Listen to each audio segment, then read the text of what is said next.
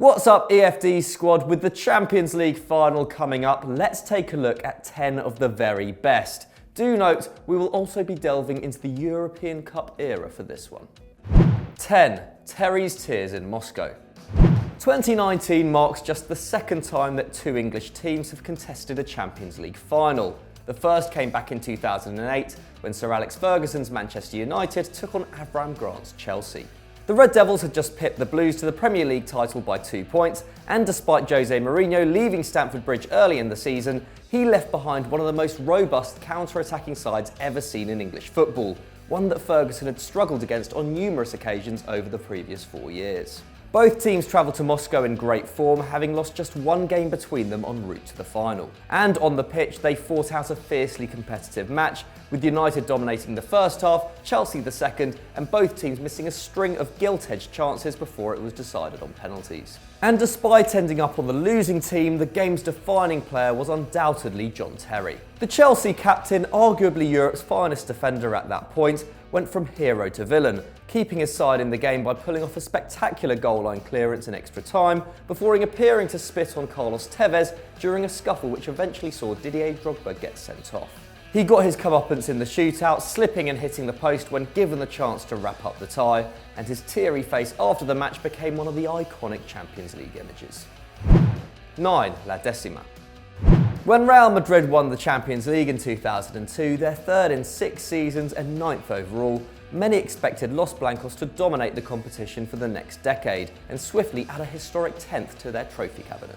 Catapulted to glory by Zinedine Zidane's timeless volley against Bayer Leverkusen, the Galacticos era was in full swing under President Florentino Perez. But it would yield little more reward. Real wouldn't reach another final for 12 years, during which they had to witness arch-rivals Barcelona lift the cup 3 times. And when they finally made it to the showpiece event in 2014, they were faced with the ultimate test. Diego Simeone's Atletico Madrid, who had just beaten them to the Liga crown after one of the greatest title races in the division's history.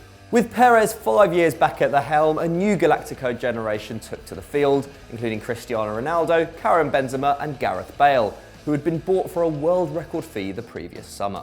But after going out at the semi-final stage in each of the previous 3 seasons, it looked like this star-studded side would once again fall short, after Diego Godin headed Los Rojiblancos into a first-half lead. Despite dominating the game with Angel Di Maria putting in the performance of his life, Carlo Ancelotti's side had no answer until deep into stoppage time, when Sergio Ramos dragged them back into the tie with seconds remaining. Real went on to win 4-1 in extra time, securing Perez the 10th title he so desperately craved and ending a 12-year curse. They would go on to win 3 of the next 4 Champions Leagues. Before we move on to our next section, make sure you're subscribed to Euro Football Daily and hit that notification bell, as we're doing a live stream for this year's Champions League final. 8. The Puskás Final. Real Madrid's previous era of continental dominance came all the way back at the genesis of the European Cup in the 1950s, when they won each of the first 5 editions. The last triumph on that ridiculous run came in 1960 against Eintracht Frankfurt, in a match that almost never went ahead. Ferenc Puskás, the club's key attacking outlet alongside Alfredo Di Stefano, had been the West German FA's public enemy number 1 ever since accusing their national team of doping at the 1954 World Cup, in which they beat Puskás's era-defining Hungary side in the final. Amazingly, this led them to ban West German clubs from competing against opposition containing the Hungarian forward, and it took a formal written apology from Puskás in order to ensure the match took place. However, Frankfurt may as well not have turned up. They went ahead early on, but were met with a brutal response, first from Di Stefano, who scored twice to put Real in control, and then Puskás, who scored 4 without reply in the space of 26 minutes. Pretty impressive for a 33-year-old who had classed himself as overweight when he signed for the club 2 years earlier. Los Blancos ended up 7-3 victors, following a performance still considered by many as one of the greatest in club football history. It remains the only time a team has managed to score more than 5 goals in a final of any European competition, and still holds the record for the highest final attendance, with over 127,000 fans squeezing into Hampton Park to watch. 7. Guardiola's Wembley double. Fast forward to 2011 and another one of the all-time great footballing sides were at their peak. In just 3 seasons, Pep Guardiola's Barcelona had swept all before them, completing a historic treble in his first season in charge and winning 3 La Ligas on the bounce for the first time since the early 90s, when Pep was part of Cruyff's dream team. And that summer brought another case of déjà vu for the Barca coach. After beating Mourinho's Madrid in a bad-tempered semi, the Blaugrana set up a final meeting with Ferguson's Man United at Wembley, the scene of the club's first ever European Cup triumph 19 years earlier, which featured a 21-year-old Guardiola at the base of midfield.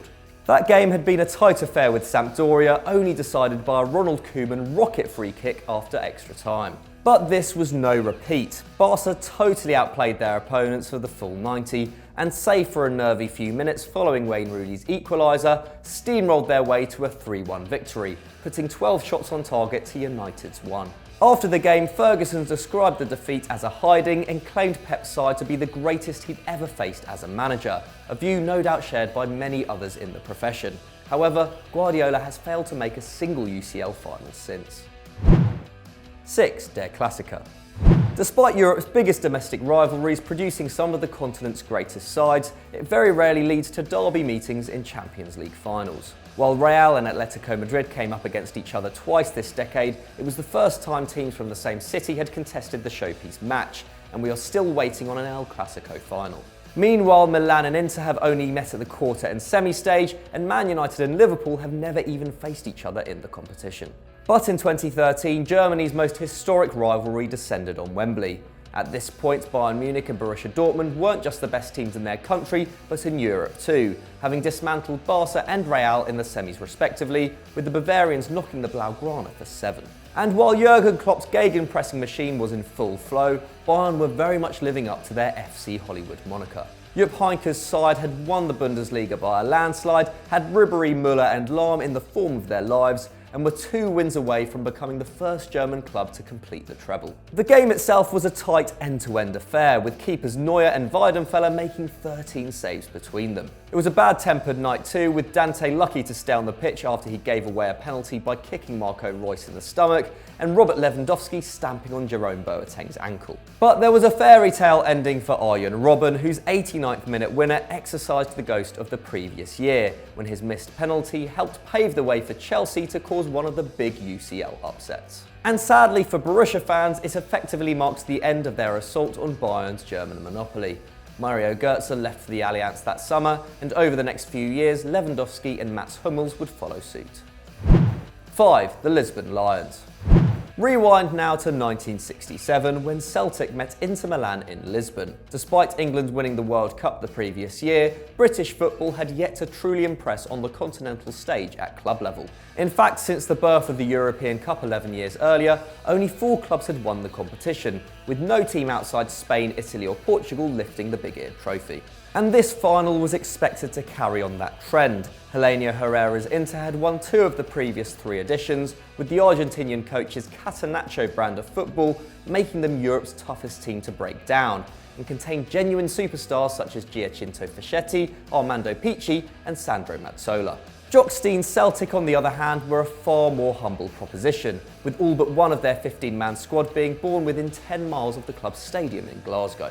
Furthermore, they were missing star striker Joe McBride, who had scored 35 goals in the first half of the season alone, before a nasty knee injury ruled him out for the rest of the campaign. But even without him, the boys were a super offensive side, the antithesis to Herrera's Inter, and before the game, Stein claimed, "We're going to attack as we've never attacked before." The Italian giants got off to the perfect start and took the lead from the penalty spot after just 7 minutes, and not wholly surprisingly, proceeded to invite the Celtic attack for much of the rest of the game. They frustrated Stein's side for the best part of an hour, before left-back Tommy Gemmell equalised with a screamer. Forward Stevie Chalmers then bagged the winner 20 minutes later, engraving the side into European football history. They were immortalised as the Lisbon Lions, while Inter had to wait until 2010 to win the competition again. 4. Total football reigned supreme. By the 1970s, the defensive football, which had been made fashionable by Inter, was beginning to wash off, and a new philosophy championed by Dutch coach Rinus Michels was starting to make headway. Adhering to the concept of total football, which placed emphasis on possession, controlling the space, and the ability for players to fill in multiple positions, Michels helped evolve a supremely talented Ajax side into a highly functional juggernaut capable of taking apart any defensive system. The player which epitomised this playing style was of course Johan Cruyff, who was playing up front when Michels' side were thrashed 4-1 by AC Milan in the 1969 final. 2 years later, they reached the final again, coming up against a fancied Panathinaikos team managed by Ferenc Puskás, but this time Cruyff was deployed in a midfield three where his creativity could flourish. It worked as he was able to control the game from the centre of the park, and Ajax ran out 2-0 winners. Michels left Amsterdam for Barcelona that summer, but the groundwork had been laid for an era of unprecedented success, with Dioden winning the European Cup again in 72 and 73. Cruyff then joined the revolutionary coach at the Camp Nou, where he would become an even bigger legend. 3. Capello conquers Cruyff.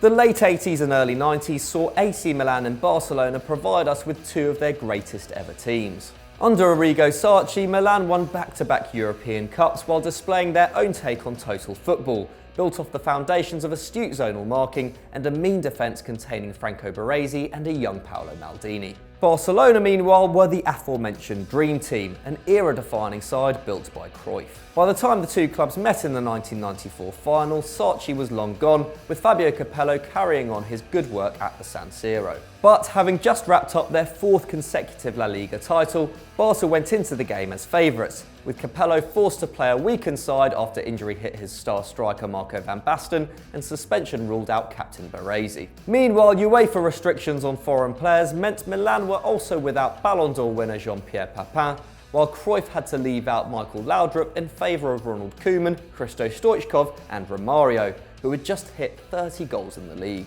All the signs pointed to a second victory in 3 seasons for Cruyff, but he was outsmarted by Capello on the night. Milan swamped the midfield, limited Barca to shots from range and capitalised on defensive mistakes ruthlessly, winning 4-0 to take home their 5th European crown. Cruyff would come to rue leaving out Laudrup, the player feared most by Capello, as the Great Dane left for Real Madrid just days later. Meanwhile, assistant coach Charlie Reshak later said the side had entered the final unprepared. It signalled the beginning of the end of Cruyff's reign. Within a year, Koeman, Stoichkov and Romario had all left, and the Dutchman said goodbye to the dugout in 1996, never again returning to club management. 2. Comeback at the Camp Nou. Leaving the stadium early only to miss your club stage a last-minute comeback is a predicament countless football fans have found themselves in over the years. However, no case is as famous as that of George Best, who left the Camp Nou with minutes remaining of the 1999 Champions League final with his beloved Man United 1-0 down. As the story goes, he listened on the radio in his taxi as Teddy Sheringham scored the equaliser and watched Ole Gunnar Solskjaer poke home the winner in a local bar. It was the first time United had reached the final of Europe's premier competition since 1968, when Best was the star of the show, and they went into the game wounded, with Paul Scholes and captain Roy Keane missing through suspension. Meanwhile, Bayern was still built around a 38-year-old Lothar Matthäus and were also missing key men in Bishinta Lizarazu and Giovan Elba. However, both sides had won their domestic leagues and were gunning for the treble, with the Red Devils lifting the FA Cup 4 days earlier and De Roten awaiting a DFB Pokal final 2 weeks later. The game itself was defined by substitutions, and crucially Alex Ferguson got his right. Despite trailing for almost the entire game, the Scottish coach waited until nearly the 70th minute to make his first, bringing on Sheringham for Jesper Blomqvist before throwing Solskjaer into the mix 15 minutes later. Meanwhile, Bayern manager Ottmar Hitzfeld brought Matthäus off, a move which would ultimately weaken the Bayern defence. Having been on top for much of the game, the Bavarians crumbled in the dying moments, handing Ferguson a historic victory. 1. The Miracle of Istanbul.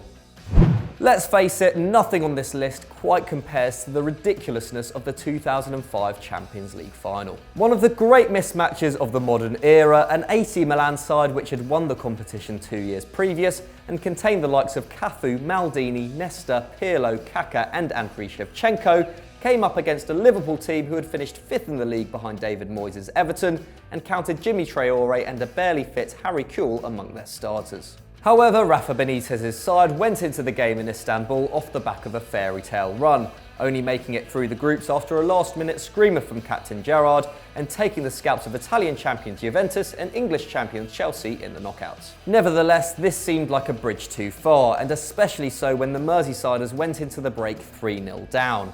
Furthermore, they had just 2 subs remaining after Kuhl went off injured in the 23rd minute. We all know what happened next. Benitez brought on Didi Hamann, switched to 3-5-2, and 6 minutes of second-half madness brought his side level.